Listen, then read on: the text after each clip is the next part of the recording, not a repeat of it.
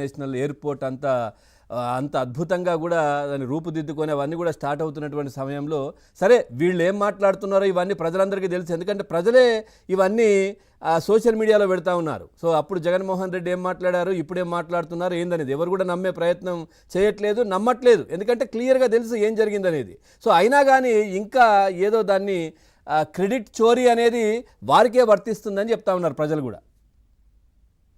ముందుగా మీకు ప్యానల్ ఉన్న పెద్దలకి హృదయపూర్వక నమస్కారం సార్. నమస్తే. దుర్గా కుమార్ గారు, కిరణ్, మాకు రవికిరణ్ గారు, మీకు సబ్జెక్ట్ అంతా మాట్లాడారు కాబట్టి నేను మాట్లాడడానికి సబ్జెక్ట్ లేదు, కానీ కొన్ని పోలికలు చెప్తాను. కొన్ని నాకు ఒక సినిమా 2-3 సినిమాల్లో సీన్లు గుర్తొస్తున్నాయి. ఈ ఒకటి అన్నగారి సినిమా, అందులో వీరపాండ్య కట్టబ్రహ్మన్న, కోత కోసావా, ఉప్పనూర్చావా, నారు పోసావా, నీరు పెట్టావా, శిస్తు ఎందుకు కట్టాలరా నీకు అని చెప్పి ప్రశ్నిస్తాడు.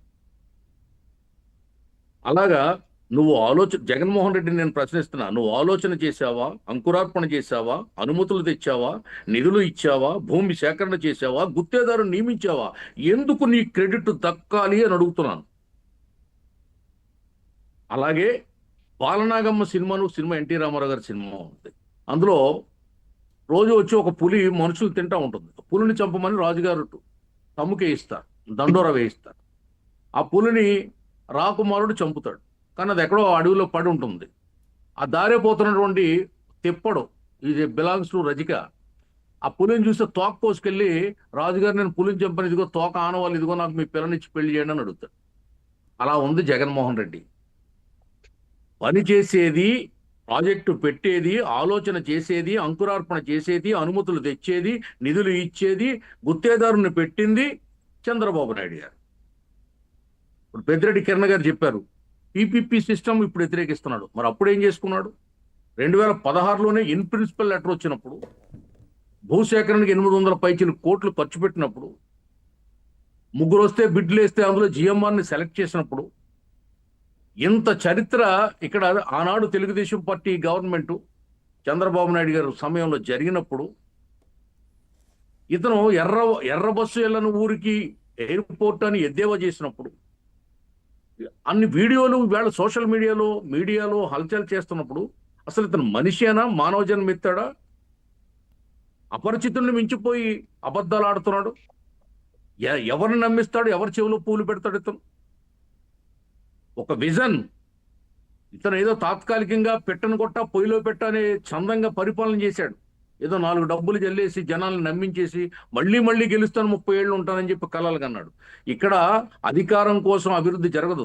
కూటమి ప్రభుత్వంలో, చంద్రబాబు నాయుడు గారి నేతృత్వంలో రాబోయే తరాలకు మేలు చేసే విధంగా, రాబోయే రోజుల్లో ఈ రాష్ట్రం ఒక అగ్రగామి రాష్ట్రంగా భారతదేశంలో నిలవాలనే తపనతోటి ఈవేళ అభివృద్ధిని యజ్ఞంలాగా చేస్తున్నారు చంద్రబాబు నాయుడు గారు. సంక్షేమాన్ని బాధ్యతతో చేస్తున్నారు.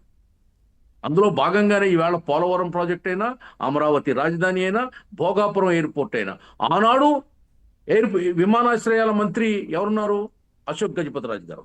ఈరోజు ఎర్రనాయుడు గారు అబ్బాయి ఉన్నాడు, రామ్మోహన్ నాయుడు ఉన్నాడు. అప్పుడు కూటమి ప్రభుత్వం, ఇప్పుడు కూటమి ప్రభుత్వం.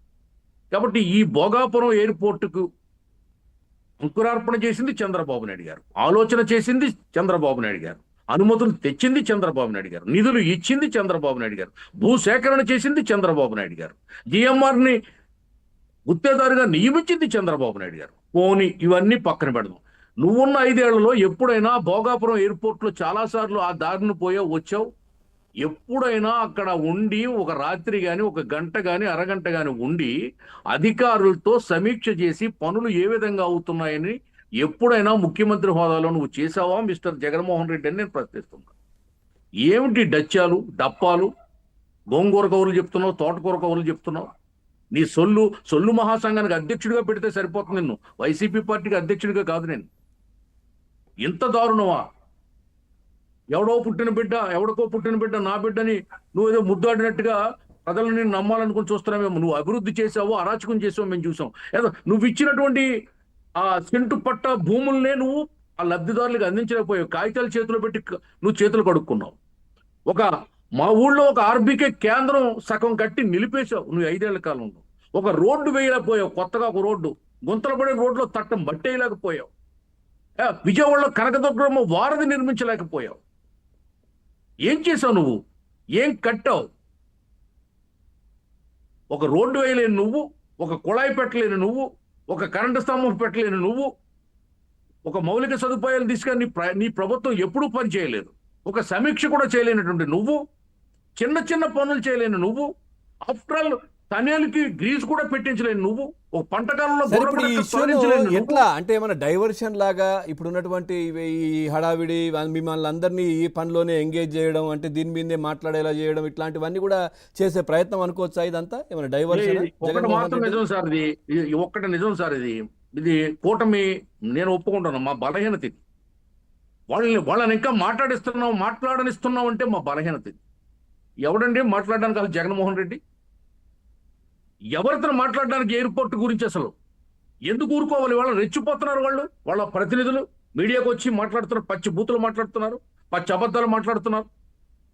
ఇంత పార్లమెంట్లో ఎవిడెన్స్ ఉంది, కేంద్ర మంత్రి ఇచ్చిన లెటర్స్ ఉన్నాయి, ఆ జగన్మోహన్ రెడ్డి గతంలో మాట్లాడినటువంటి ఆ కబుర్లు ఉన్నాయి, ఆ వీడియోలు ఉన్నాయి. అయినా కూడా వీళ్ళ మాతో పోటీగా వచ్చి మమ్మల్ని కాదని మాట్లాడుతున్నారంటే అంటే మీరు వెనకబడ్డారు అనుకోవచ్చా? మీరేమన్నా పబ్లిక్ లోకి తీసుకెళ్లడంలో వెనకబడ్డారా? ఖచ్చితంగా ఈ విషయంలో లోకేష్ గారు, పవన్ కళ్యాణ్ గారు, చంద్రబాబు నాయుడు గారు సీరియస్ గా తీసుకోవాలి సార్. ఈ సహించరా అనేటువంటి విషయం మేము ఈ మీడియాలో వచ్చి మాట్లాడడానికి కూడా నాకు బాధగా ఉంది. వాళ్ళు అబద్ధాన్ని నిజం చేసి వాళ్ళు మాట్లాడుతుంటే మాట్లాడనిస్తున్నాం తప్పంటున్నాను నేను.